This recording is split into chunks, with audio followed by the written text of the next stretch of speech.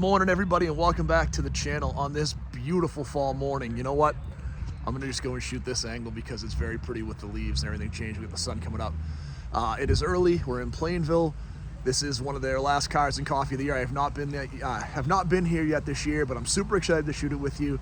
Not a ton of cars up here today. I don't know what the tournament will be at the end of the day, but we'll go in and shoot everything today, legitimately everything today, because there's not a ton here. But it's super fun. I love the fact, again, there's not a lot of loud music. We got the car out. It's very pretty. We got this beautiful, first-gen Corvette pulling in. Should be a lot of fun. We'll shoot a couple of videos, a couple of shorts, get to talk to a few people, and then we'll wrap it up. Next weekend, we'll try to get to another show, and then we have that Veterans Day show. If you haven't done it so far, please hit that subscribe button, and we'll talk in just a minute. This pretty cool 1982 special edition, the collector's edition Corvette that came in this beautiful, like, bronze pewter color with the two-tone. I will never complain about my turbine wheels again. Once I see these turbine wheels, they are a nightmare to clean, but they look super cool on the car. This was a beautiful version of this car. What I loved about this was it had the really cool seats inside of it, so it was a little bit different. This was the crossfire injection, so these were a little tough to live with. The crossfire injections, not loved by the Corvette guys. But this was the last version of the C3. So the C3 was from 68 to 82, so it had a really long lifespan. And by the time we got to here, we had the really muscular fenders. It was a little wider body, the different wheels. I think it's a very cool version of this car. Now, they didn't get a lot of love back then. Now, they've gotten a lot of love now, especially when you get into like these special editions. These have become super desirable. And I think this might be one of the best versions. Now, I do like 81 for one reason over 82, especially on the special edition. 81 had the beautiful mag wheels that they had like in 79, 80, 81, which I do think suit the car a little better. But I do like these wheels, especially because they're limited to the car. But I do like those mag wheels from like 79 to 81. But this is a very cool version of this car. And this collector's edition is very highly desired. 2018 Dodge Demon in orange. We had a chance to talk to these owners actually a show a little while back, and they left before I could shoot their car. They had just gotten the car then. We talked, he's had it for a few months now. He had a chance to put a cam into it, kind of get that sound the way he wanted. But this car is awesome. Wide body. The Demon wheels, help me get out of the way of this truck here. This thing is super sweet in this color. It looks awesome. And again, like I said, I got to see this car when they first got it. It was still in wraps, and I didn't get a chance to shoot it. So we were talking about it. So sorry I missed you last time. I'm not gonna this time. Car is beautiful. You know I love orange. It's my favorite color. But the coolest thing on this car, obviously people know, but it has the air intakes right here. So where the fog lights would be, that's your air intake. And then obviously the giant supercharger on here with the Demon emblem. This thing is absolutely badass, right? 800 plus horsepower. This has the different setups. You could actually go in and plug it in to do, with race gas, you could actually plug in and do like 840 horsepower. And at the time, this was the fastest drag car in America. Super cool car. And again, something you don't see all that often with that Demon badge right there. So super cool. With these very cool Mopars. So we have a first gen Viper, and the way you can usually tell that, the center exhaust, you can see the setup, the windows were completely different on these first gen Vipers. You can see the door popper there. This is obviously one of the original versions, so I would say early 90s, like 93, 94, 95, somewhere in that area. The double bubble hardtop, which was kind of an homage to, like the gurney tops they would do back in the day where they could put the racing helmets in. Obviously this is a convertible. Not factory wheels, but I think these wheels look awesome on this car. And this car is a very cool, it just pops in this yellow, so very cool version of an early gen Viper that looks awesome. And I love the hood badge here, it just looks super cool. So very nice version of an early first gen Viper with amazing wheels. This gorgeous 1968 Corvette in bronze. I got a chance to talk to the owner. He's owned 13 Corvettes over the years. This is his latest. This thing is stunning. 327 Rally Sport wheels with the red line tires and the 1 year only bronze color. When I walked up, I thought it was a 70, and he educated me, so thank you. He helped me on a couple things. I know in 69 they had chromed the fins, so when I think of these, I think of the 70s. Most of the 68s I have seen have the wheel covers, and this doesn't. He has the wheel covers at home, but this was an option the last year for the 327. But he helped me on here, and I totally forgot about this. So in 68, you would have had this setup right here with the lock, with the push button to actually help open the door. So that's completely different only for 68. And this is a beautiful version in the bronze. The interior is super sharp. It is a manual car. Absolutely stunning version of this car. And I love the first year C3s with the steel bumpers. This is a beautiful version of it. I think, again, aesthetically, you've heard me talk in my videos, this is one of the best looking American cars ever made. The body style on this is just absolutely incredible. And this is a beautiful version in that bronze color. So 1 year older than that Corvette, we have this beautiful 67 RS. So this would have been the first year of the Camaros. Also a 327 car in red. Now this is a pretty unique red. It's not a color I see all that often, so it's pretty cool. Like the RS interior. So with the RS interior, you would have the different gauges. On the SS, you would have the 4 pod gauges that Chevy would carry over when they relaunched the Camaros and the newer version of them. The RS would have been a little bit more simple. Now, typically the RS had the hideaway headlights, and I didn't even look on this one. So this one does have the hideaway headlights. Most of the factory grills had the Chevy emblem. I don't know if that's aftermarket or just in 67 if they didn't, but this has the aftermarket wheels, but a very cool version of a 67 Camaro. Beautiful first generation Firebird. I like this car for a couple of reasons. One, I think it has a very cool license plate, and I'll show you that in the front. It says traveling. But the Firebirds had the wood in the interior, a little different rear end. So, the Camaros get all the love. I love the Firebirds. There's 2 up here today. There's also a 400 convertible. I'm going to shoot that one in a second. But what I really like about this one is it has a super underrated motor. So everybody knows the Chevy, the GM 327s. Pontiac had this 326. The 326 was like the base motor in the Le Mans. It was the base motor in the Firebird. It is a super underrated motor. It had good performance. It was incredibly reliable. It was also economical. So you could get a really nice, so you think about the Dodge 318s, the Chevy 327s, the motors that are just kind of a little bit underappreciated, and this is another version of that. But check out the body lines on this. I love everything from the front to the back.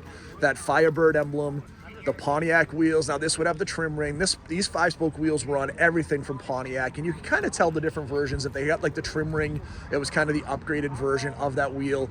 These would be on the GTOs. The Judges would have no trim ring, but I really like the body lines on this. It's super sharp. That front end is great, but I really like the fact that this is a 326 car, and I do like that traveling license plate. It's super cool. All right, check out this beautiful 1970 Mach 1 in orange. And I got a great shot here right now where the sun's beating down on it, so the paint looks great. So this thing is awesome. Magnum 500 wheels, shaker hood. This had the Mach 1 graphic on the bottom, the single headlight in the front in 70 versus the dual headlights in the front in 69. Love everything about this car, the rear window louvers, the spoiler. The color is amazing.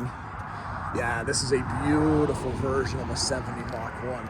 And this one is a manual. So this is a super nice car. I like this a lot. This is one of my favorite Mustangs. I also like the 71 through 73 Mach 1s, which I know aren't as popular, but I think any of the 69 to 73 Mach 1s are gorgeous. 70 might be the the pinnacle. I actually do like the 69s quite a bit with the 4 headlights, but this is a really nice version of this car. And again, this is the right way to do it, right? The shaker hood, the louvers, the spoiler, the Magnum 500 wheels, like everything you would want on this car. This is exactly what you'd be looking for. Now, you just heard me talk about the GTO a second ago.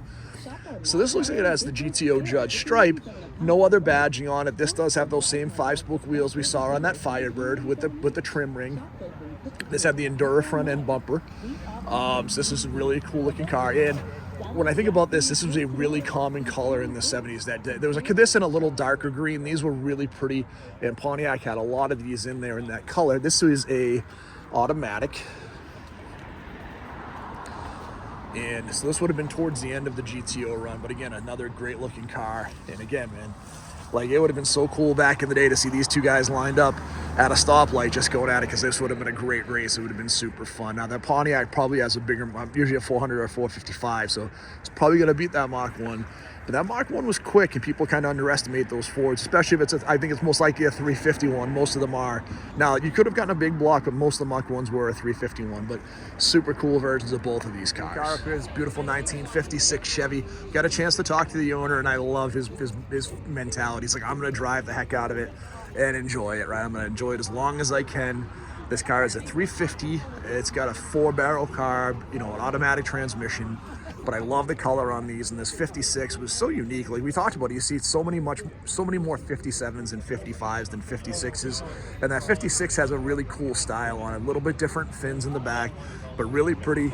This is a great version of it. But again, just talking to him, he said, look, I spent my third of my time working on the car, a third of my time driving the car, and a third of the time having it at shows. And good for you. I'm glad you're enjoying the heck out of it.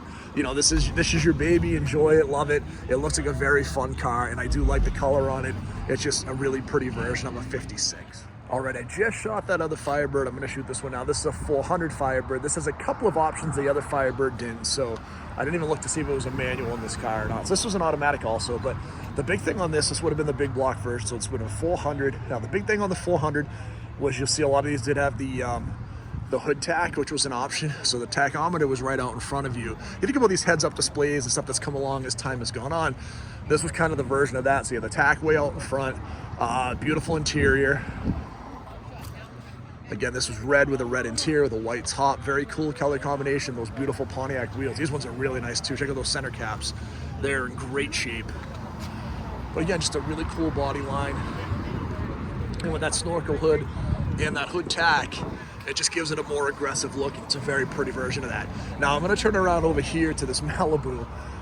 These late 70s, early 80s Malibus, when people were buying these back in the day, these were like the ultimate cars people made sleepers out of, the ultimate sleeper drag cars. You throw a big motor in them. You know, they look like everybody's grocery getter, and this one looks like another example of that, where they've thrown a pretty big motor in the car, have some fun with it. These are great.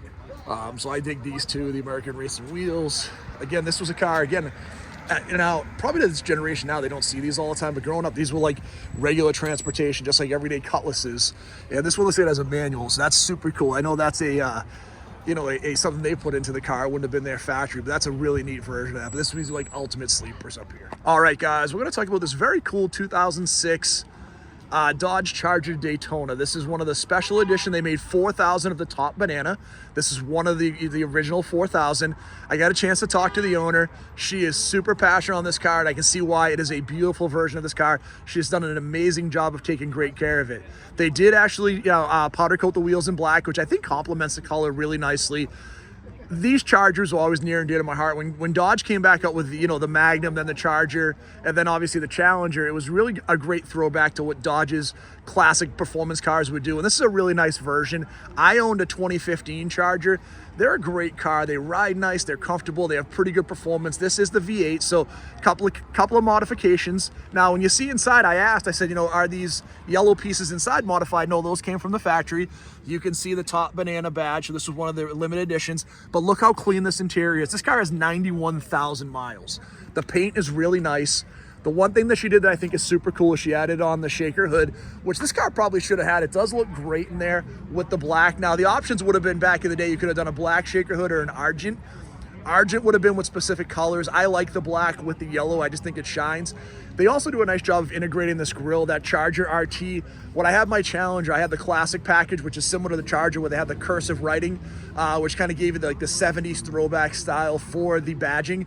This has that same style and script. I think it looks great on the car. Like the rear front spoiler. This is just a really clean version in a great color. And again, one of the original 4,000 top banana. And guys, you're not going to see a lot of cars with 91,000 miles that get driven as much as this that look as sharp as this do. So super nice. All right, guys, the next car we're gonna get into here is this beautiful early generation Corvette. Now we also have a C4 right next to it, right? So I'll share both of them, but this is a super cool car. Now you can see the paint's a little bit patinaed, which is okay.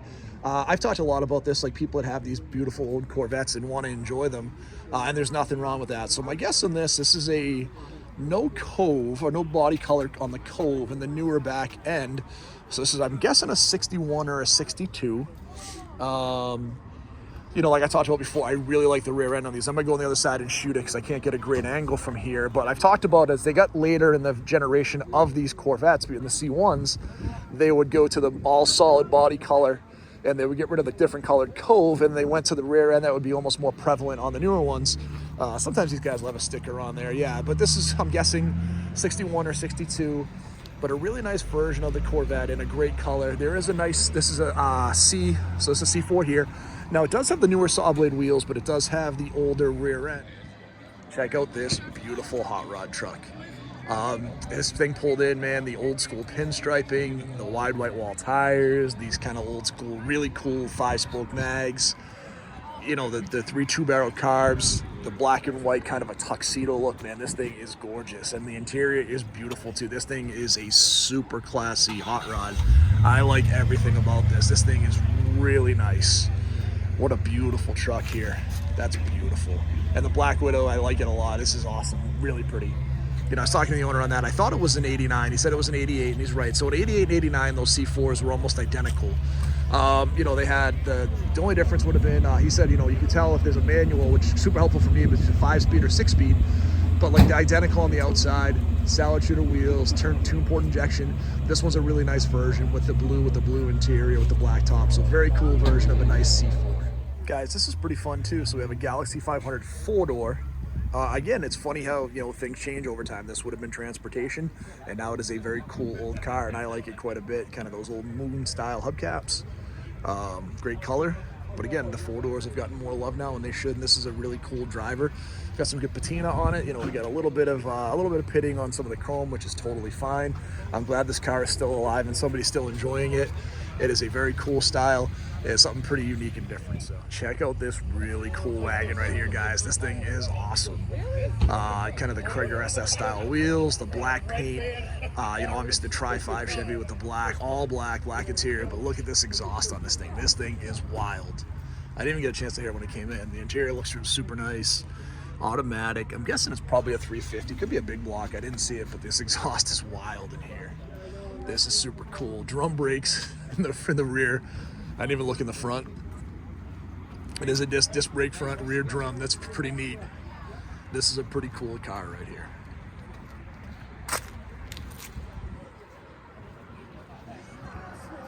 All right, guys, so we have this 91 Mustang. Now, I just saw a tag on here, and the owner of this has a beautiful like 60 or 61 Impala that we've shot in blue. I trust his knowledge on the car, and he puts it on there. I'm going to take that it's true. I hadn't heard this before, but you'll see on the things here, it actually says this was a follow-up to the 97 Up car, that this was a special edition offered to the dealers. So one of 346 offered, following up the 4300 that were made in 1990, using that, you know, the 7-Up piece. So the 7-Up piece, I've talked about it before, was supposed to be a promotion between Ford and 7-Up that fell through. We're going to be green cars with white interiors, white tops.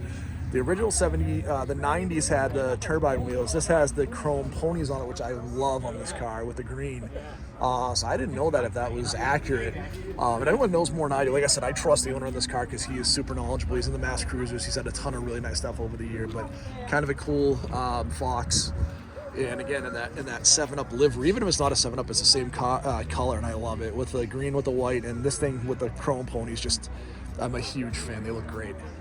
All right, the next cool car we're gonna ship here is this 2009 Bullet Mustang. So when it came in, Highland green, the Bullet wheels, the different interior, the Bullet badge on the back, so the deleted pony emblem in the front. So like, very cool version of this car. But what stood out to me here is I like these weld wheels. It kind of gives me the idea that this is probably a modified version with a lot of performance, where everything else looks relatively stock, and we have these weld like drag wheels that are forged. It is a manual car, which I believe almost all the Bullets, I think all the Bullets were. So I love the color on these. There's that beautiful GT350 with the 3-piece wheels that we saw in a couple of different shows. And there's also a gorgeous hot rod right here in blue. I hope the paint is done justice here in the sun because it looks really nice. But this is a really cool version of this hot rod. Very nice. All right, guys, so we have a very pretty 1968 Cutlass S convertible in this beautiful copper color, similar to what we saw on that Corvette. The Cutlass wheels I always talked about that I really like. They did a nice job. You know, when I look at the S series, there's a couple things. The S series had some different engine options. You actually could get an inline 6 in the S. Most of them had the 350. You would also get the option for the different high back bucket seats in vinyl, so you can get a little nicer interior. You can see the console that has the same color as the interior with the Hurst shifter. And then you have the upgraded gauge package. 68 is kind of an interesting year for the Cutlasses. So 68, the front end was very similar to what you'd have in like 60, 66, and 67. It was modified, but you see in 69, the front end would change completely to that same front end you'd have basically from 69 through like 72. where the headlight placement was different, the hood was a little different. So this was kind of a really cool amalgamation. I think about like the 62 Corvettes that kind of had the more upgraded rear end but had the older front end. I think about this kind of the updated the other way. This had the updated rear end that you'd have for the Cutlasses from like 69 to 72, but you'd have the kind of still the older style front end, which I kind of really like. I think this is a really pretty version of this car. I like the you know, the copper color with the white. Love the Oldsmobile wheels. Again, I think they're some of the best looking wheels. And these wheels carried on for a long time. My 78 Cutlass had very similar wheels to these, so super cool. All right, everybody. So somehow I managed to be like the second or the last person here. There's one other car here with me. We were just chatting. Great little turnout today. It wasn't a huge show, but a lot of nice people. I got to meet more people I didn't know, which I always love. You know, the video I think is a lot of fun. I hope you enjoy it. Please click like and subscribe if you haven't. Like I said, we are going to definitely get over to the Norfolk Aggie Veterans Day show. I don't know about anything next weekend, so that's it. Thanks, everybody. We appreciate you for checking out the channel, and we'll talk to you really soon.